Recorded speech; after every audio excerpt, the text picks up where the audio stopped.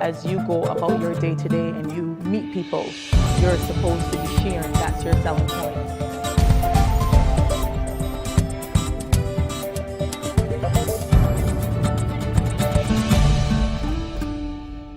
Okay, so as Kim Tara said, I'm Jannene, and I manage social media pages. One of the pages that she said that I manage is Girlfriends Expo. So before I actually get into it, I just want you all to know that this is not class. You don't sit down and just take notes the whole time. We're actually going to communicate with each other, have a conversation, because from my experience, that's the best way to learn, from talking to each other and learning from each other's stories, right? Now let me just explain. I chose the topic flirting with social media because I wanted to keep in line with the theme for GFE 2014, which is GFE in the City, playing on sex in the city. So I thought, what a better way, like there's not a better way than flirting with social media, because there's a lot in common between flirting and social media engagement. I'm going to explain why in a bit. But how many of you have social media accounts, whether it's Facebook, Twitter, LinkedIn, Google+, any social media? Okay, now that's exactly what social media is for. It's to connect with people. It's a social space. Have you all watched the movie that was based on Facebook? Mark Zuckerberg? Have you all seen it? Yeah, you did? All right. Now, if you realize that's why he created Facebook, it was to have the college students with each other, whether it was same-sex communication, as in just friends, meeting new people, or if it was to chat about girls, meet new girls, or anything like that. That's exactly what social media is. So the fact that you have your business on social media means that you're invading a space that was created for a social purpose. So you having your business page on social media means that you have to communicate socially. Right, y'all got that? Now how many of y'all, some of y'all have business pages. Now how many of y'all actually use your Facebook pages for business? Actually communicate with your customers? Yeah? And how often do you update your pages, post, whether it's your thoughts, pictures, anything like that? So the purpose of social media, one is to show your business brand and your personality. As I said, social media platforms is basically a social space. It's an opportunity for you to show who your company is from a human perspective, right? And the second one is for social interaction with potential and current clients. Why exactly do you keep returning to a business? Anybody? You go to a store and you go back again and you're a loyal customer. Why is that? Because I got good service. You got good service. Why do you get, like, what do you constitute as good service? So you developed a relationship with your business, with the particular business, right? Right. So you want to have that interaction with your customers. What's your name, sorry? Tiffany, right, from West India.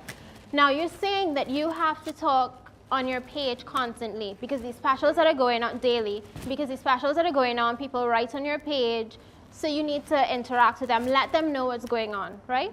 Now that you're actually fulfilling one of the purposes of having your business on a social media platform. Now social media platforms for businesses does not limit yourself to Facebook alone. Please keep that in mind. Or LinkedIn if you're trying to, as Laura said, sell yourself, your personal brand. Can anyone tell us, because we're all talking, what is social media engagement? Social media engagement is putting yourself out there to start a conversation. The fact that you're saying something is you trying to engage the person. That is engagement. The communication that you have with your customer or your potential customer, that is actually further engagement. How many times, like, okay, we're going back to the whole GFE in the City thing, flirting. Ladies, you are out somewhere and you see a guy and you kind of hint to him that you like him. You're flirting with him, right? And you may not necessarily get a response back because he doesn't recognize your flirt. It may be a little bit too subtle. He may not have been looking in your direction or anything like that. but you're still engaging him because you're still putting yourself out there via body language or any other form of communication.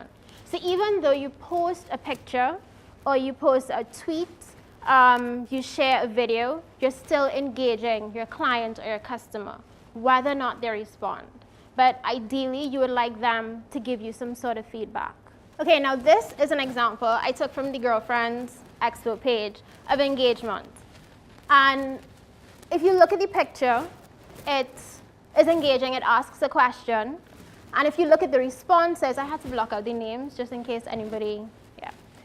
So if you look, I don't know if you can see the comments properly, but the people that commented actually had their own conversation. And Girlfriends Expo had nothing to do with the conversation at all. Someone responded by tagging a friend in their comment. Then their friend decided to respond and then tagged someone else. And then there was a conversation going from there. So I had absolutely nothing to do with it. Kim Tara had nothing to do with it. It was something that just happened. And that is what you want to get from having your businesses on social media platforms. You want to create a place where people feel comfortable to line, to just enjoy themselves. Because Facebook, Twitter, Google+, they're all social places. Now this one is from Entrepreneurs Anonymous.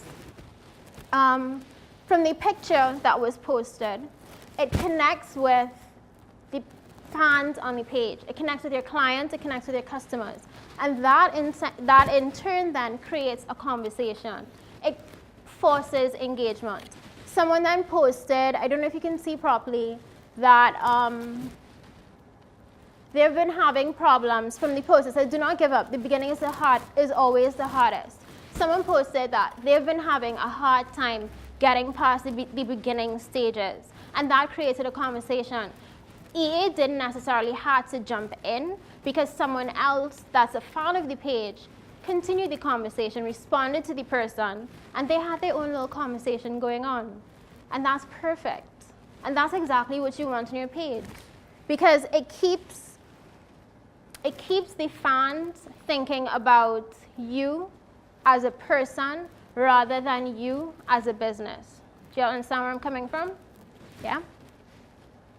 Okay, that was just a further example. Now this is a Twitter screenshot that I took. The company that I co-own with my husband, Crown Caribbean Productions, we tweeted something, just kind of threw it out there. We have some fans and we tagged our fans in the tweet because they constantly tweet us and tag us in their tweets. So it was Throwback Thursday, so I decided to ask, remember when y'all wore ribbons and pretend that it was your long hair? You used to kind of flip it back when you were younger because everybody wanted the kind of Rapunzel hair.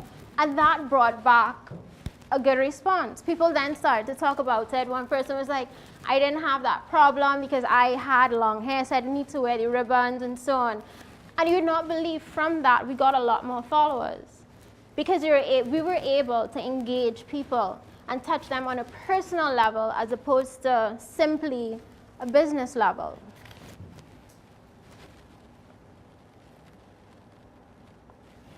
How many of you know your brand personality? Kim Tara, you don't count right now. What's your brand personality? You all have businesses. You don't have a brand personality? You don't have a clue? Ooh. Are you on Facebook? So then what do you post on Facebook? Your items. But do your customers truly know who your brand is, what your brand represents? You have no idea. Okay. Now if you look at the large businesses, the most successful businesses, you can all attach a human attribute, personality traits to their brand. What they do, their logo, the type of commercials that they have. Sorry, I'm shaking because I'm freezing. Okay. All right, let's thank Girlfriends Expo. When you hear Girlfriends Expo, what words, what adjectives come to mind that would describe their personality? Fun? It's feminine? Okay, well, to me, when I first thought about Girlfriends Expo, I thought it was independent.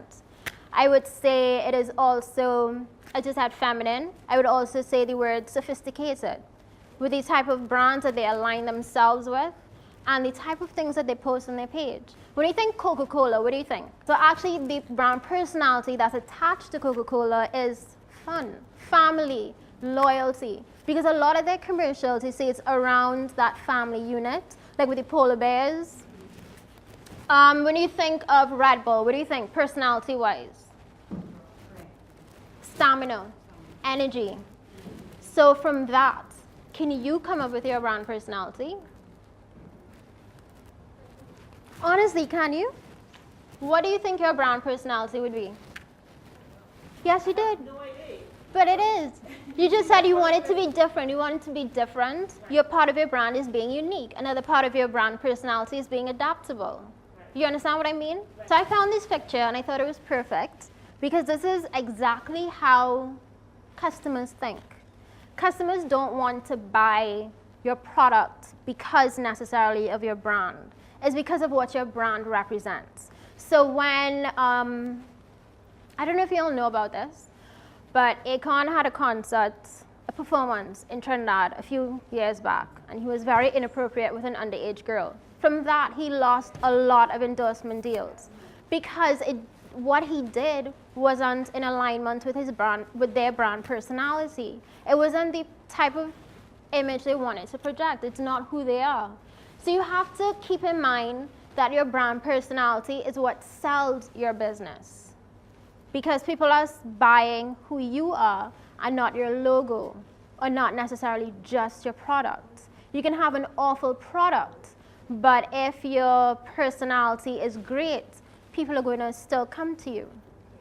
You get what I'm saying? I'm not saying to have awful products now.